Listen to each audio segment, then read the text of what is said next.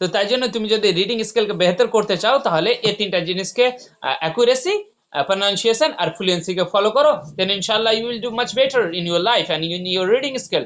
So in today's class we have seen reading skill. I have tested all your reading. Then let me tell you the adding points that how you can improve it and what are the parameters one that anyone reading skill can be judged. যে আজকের ক্লাসে আমরা reading নিয়ে আলোচনা করছি, তো প্রথমে আমরা এই জিনিসটাকে খেয়াল রাখতে হবে যে রিডিং স্কেলকে কি জিনিসের উপরে জাজ করা হয়। শুধু আমরা রিডিং স্কেল দেখছি, এখন আন্ডারস্ট্যান্ডিংটা দেখছি না, শুধু রিডিং স্কেল। তো রিডিং স্কেলকে জাজ করার জন্য primarily we should have three parameters.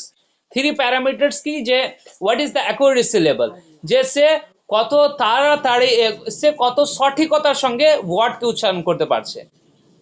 যে ধরো ডিফিকাল্টি আছে, তো ওটা ডিফিকাল্টি বলছে না ডিফিকালিটি বলছে, কি বলছে, ওটা হচ্ছে এক নম্বর হচ্ছে অ্যাকুরেসি। তারপর হচ্ছে প্রনাউন্সিয়েশন, যে ডিফিকাল্টি বলছে না ডিফিকাল্টি বলছে, নেশন বলছে ইনফরমেশন বলছে না ইনফরমেশন বলছে, এটা। তিন নম্বর হচ্ছে ফ্লুয়েন্সি, যে তার ইংরেজি পড়াটা কত তাড়াতাড়ি হচ্ছে, কত সাবলীলতার সঙ্গে হচ্ছে। তো এই তিনটা জিনিসকে তুমি যদি মেনটেন করতে পারো then you will be expert in reading skill. যদি এই তিনটা জিনিসকে তুমি যদি ভালো করতে পারো তবে তুমি এক্সপার্ট হয়ে যাবে।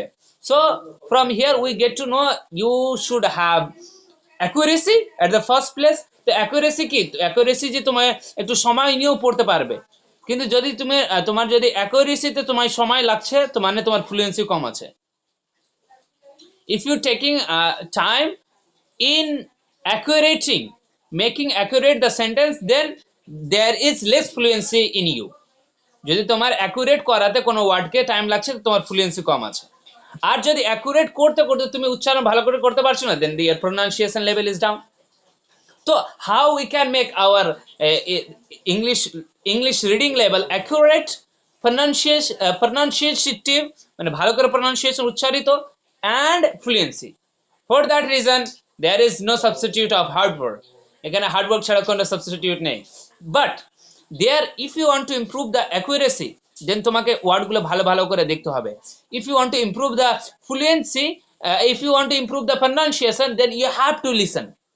তোমাকে শুনতে হবে যে বাইরের মানুষেরা পডকাস্টে, তারপরে ধরো যে নিউজে যারা ইংরেজিতে অ্যাঙ্কার আছে তারা কিভাবে উচ্চারণ করছে।